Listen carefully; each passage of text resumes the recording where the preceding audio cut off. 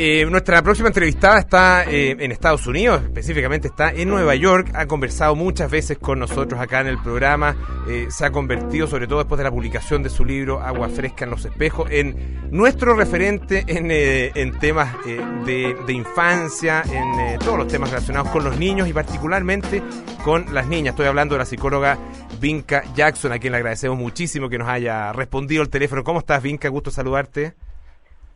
Bien, Polo, no, un millón de gracias y contenta de comunicarme con ustedes y de conversar un día. Es un muy buen día también para conversar. Exactamente, y bueno, y por eso te estamos llamando, porque hoy día se anunció en realidad la entrega del Premio Nobel. El Comité Nobel de Noruega anunció la entrega del Premio Nobel de la Paz a Malala Yousafzai y a Kailash Satyarthi.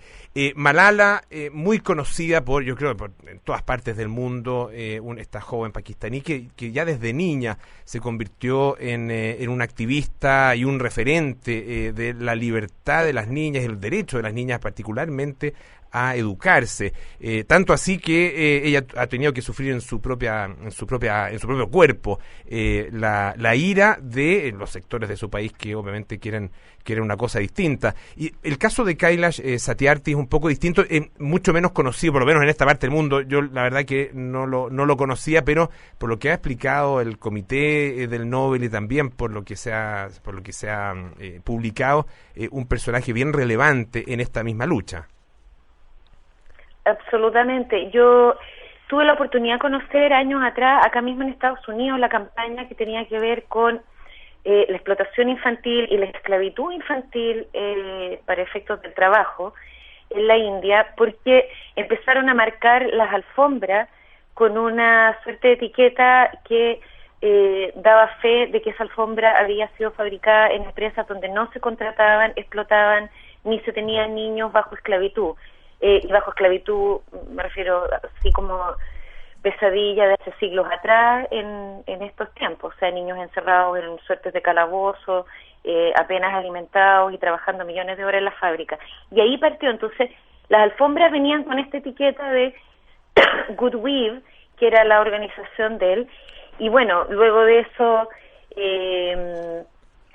una organización más grande que es como la marcha global por el trabajo, Global March Against Child Labor, algo así, que también conglomera como a 2.000 organizaciones del mundo, todas en contra del tema del trabajo infantil y por la educación de los niños.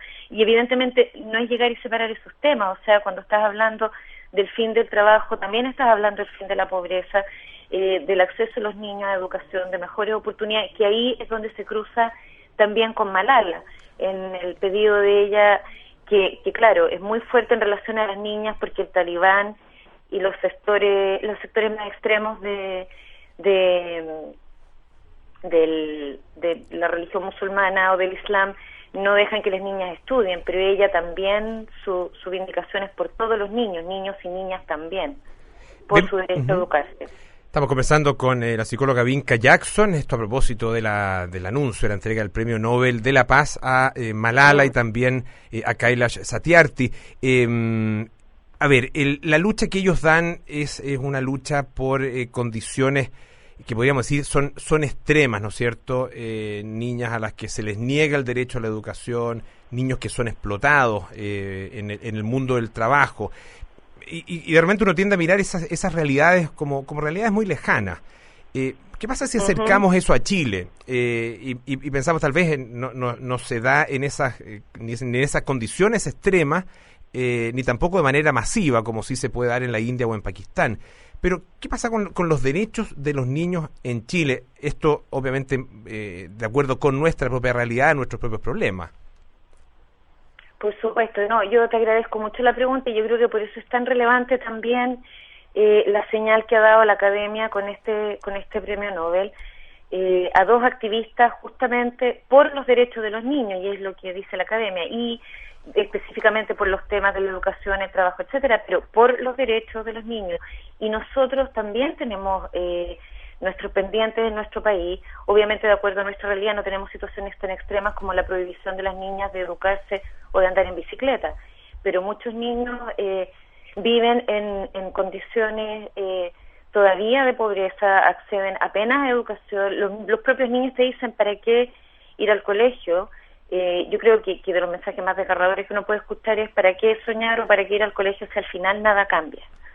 Y eso tú lo escuchas todavía en Chile, y realidades como el maltrato a los niños, el abuso sexual, el abuso psicológico todavía están muy presentes. O sea, las cifras más recientes de UNICEF de hace 2 años, 3 años, indican que 8% de los niños chilenos han sido abusados sexualmente, niñas y niños, el total. Y estamos pensando en unos 250.000 niños. Eso es mucho para un país que tiene, ¿cuánto tenemos nosotros?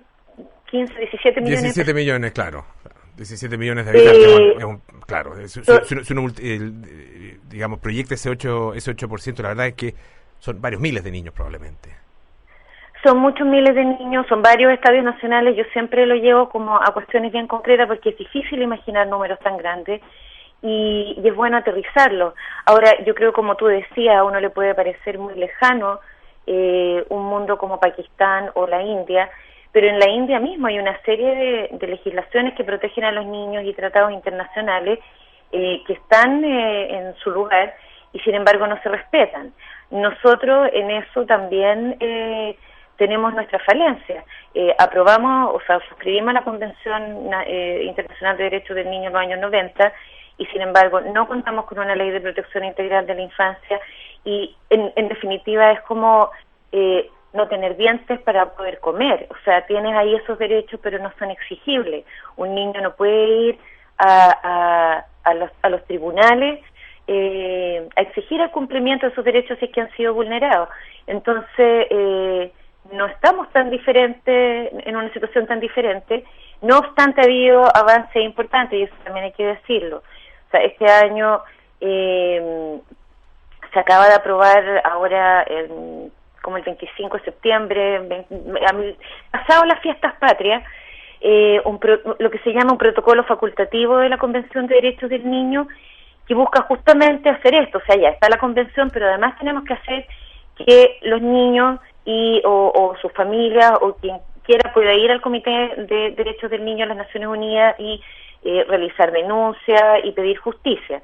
Eso está en el primer trámite. Igual falta todavía que lo ratifique el Senado y que entre en vigencia. O sea, tampoco es como para saltar en 2 pies, en uno nomás, por ahora. Y bien moderado el entusiasmo hasta no verlo concretado. Se habló de un proyecto de protección integral de la infancia que debería estar listo y presentado por el Consejo Nacional de la Infancia, que se creó este año, y esperemos que sea también antes de fin de año. En la medida que esos pasos se vayan dando, vamos a estar mucho mejor y realmente podemos decir estamos en condiciones muy distintas de otros países, porque hasta ahora es comparable a lo que pasa incluso en un lugar como la India, tener derecho de que no sean que no puedas acceder a ello. Le queremos agradecer muchísimo a la psicóloga Vinca Jackson por haber conversado esta tarde con nosotros, y autora además del libro Agua Fresca en los espejos, y también de un libro que contaba el caso, la historia de la propia Malala, que se llamaba Niñas Hoy, Mujeres Mañana. Muchas gracias, Vinca, por estar nuevamente con nosotros. No, gracias a usted, y es un gran día que igual tenemos que mirar con harta esperanza. Un beso grande.